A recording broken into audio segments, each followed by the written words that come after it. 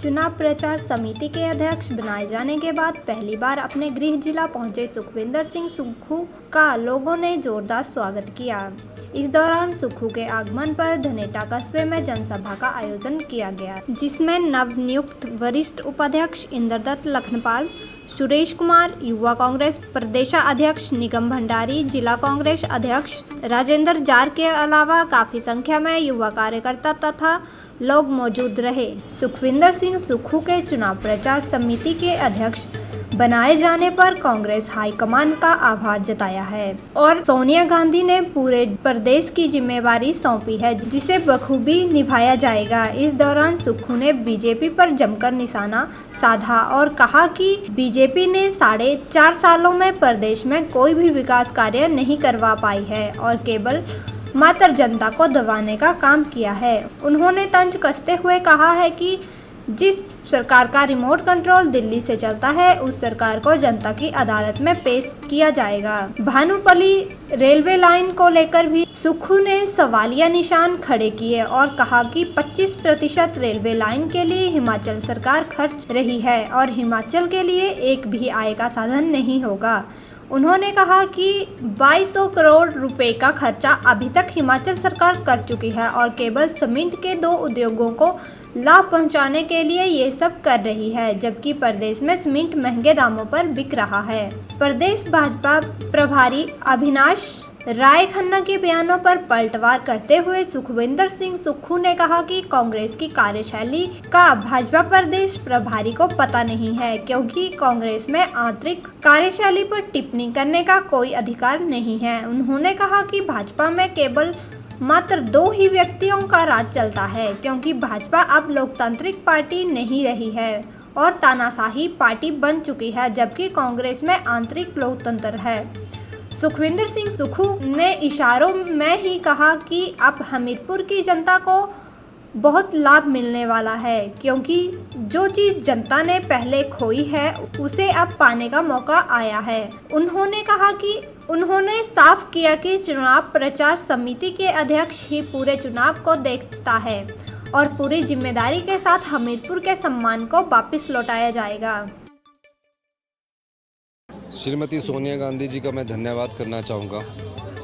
विचार विमर्श करने के बाद, मुझसे बात करने के बाद एक बहुत महत्वपूर्ण जिम्मेवारी प्रचार कमेटी की सौंपी गई है और टिकट डिस्ट्रीब्यूशन की जो स्क्रीनिंग कमेटी होती है प्रदेश की, उसकी जिम्मेवारी सौंपी गई है। निश्चित तौर पर कांग्रेस पार्टी आने वाले समय में आक्रामक भूमिका में होगी।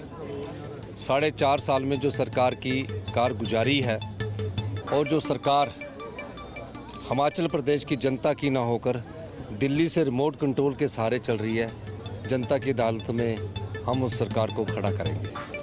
मैं कह सकता हूं कि पूरी पार्टी एकजुटता से एक होकर भारतीय जनता पार्टी की जन विरोधी नीतियों का मुकाबला करेगी।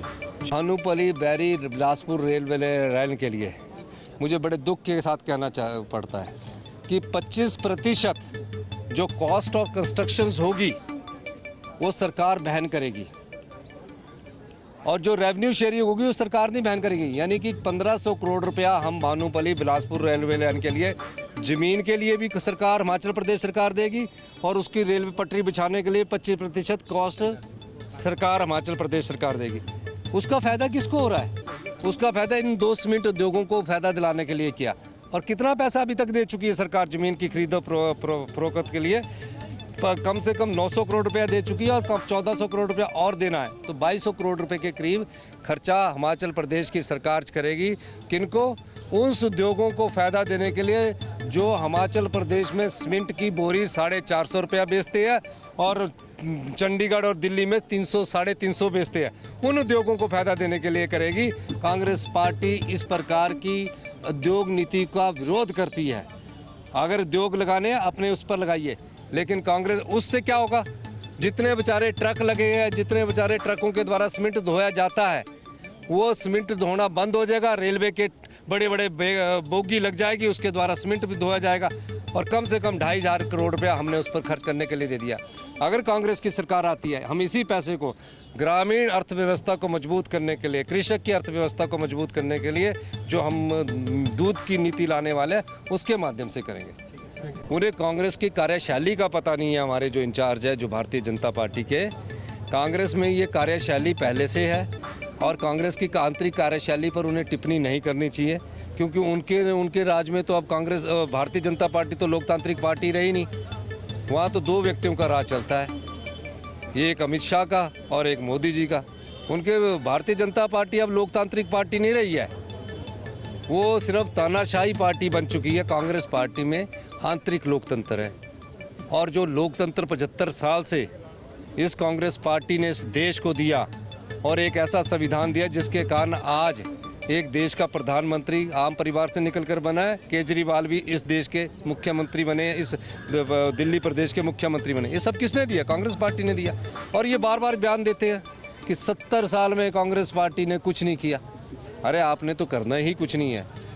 बांध बनाने कांग्रेस पार्टी ने, अब हमीरपुर जिला की बात ले लीजिए, NIT हमीरपुर ने बनाया, संस्थाएं हमीरपुर ने बनाई, ये जितने रोड्स हैं हाँ कांग्रेस पार्टी ने बनाए, बांध कांग्रेस पार्टी ने बनाए, IIT कांग्रेस पार्टी ने बनाए, IIM कांग्रेस पार्टी ने बनाए, जितने भी नाइपर कांग्रेस पार्टी ने बनाए, जितनी संस्थाएं हैं। ये जो ऑफिस है एक दिन में नहीं बन जाते, इनको बनाने के लिए समय लगता है। मोदी जी ने बेचने का काम करना है, केजरीवाल जी ने मुफ्त बांटने का काम करना है, और कांग्रेस पार्टी ने ग्रामीण रोजगार को बढ़ावा देने के लिए रोजगार नीति लाने का काम करना है। ये फर्क है हमारी सोच में। हमीरपुर जिला को कांग्रेस पार्टी को बहुत लाभ होने वाला है। जो चीज़ उन्होंने खोई है वो इस जिम्मेवारी के माध्यम से उनको मिल सकती है, इसमें कोई दो राय नहीं है हमीरपुर की जनता ने।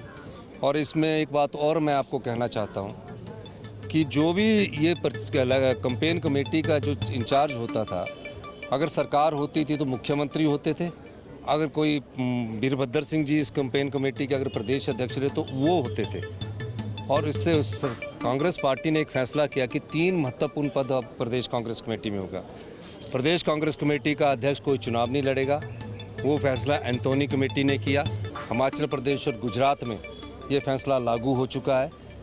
गुजरात का और हिमाचल प्रदेश का जो अध्यक्ष है वो कोई चुनाव नहीं लड़ेंगे। दूसरा फैसला उन्होंने ये किया कि कैंपेन कमेटी का इंचार्ज जो होगा वो स्क्रीनिंग कमेटी और सेंट्रल इलेक्शन कमेटी का भी सदस्य होगा, ताकि जो प्रदेश का संगठन से निकला हुआ व्यक्ति हो, संगठन में कार्य किया हो और प्रदेश के वरिष्ठ नेता हो, उसको ये जिम्मेवारी मिलती है। मैं वीरभद्र सिंह जी के बाद अगर मुझे प्रदेश में जिम्मेवारी मिली है, मैं श्रीमती सोनिया गांधी जी का धन्यवाद करना चाहता हूं कि पूरे प्रदेश की प्रचार की कमान की जिम्मेवारी जो मुझे देकर उन्होंने सम्मान प्राप्त किया है। इससे पहले उन्होंने अशोक गहलोत जी को दी, विलासराव देशमुख जी को दी और भी हरीश रावत जी को दी। सभी लोगों को ये जिम्मेवारी उन्होंने दी और मुझे ये जिम्मेवारी देकर उन्होंने कुछ बातें कही है। मेरा दायित्व है उन बातों का और उन कर्तव्यों का निर्वाह करना।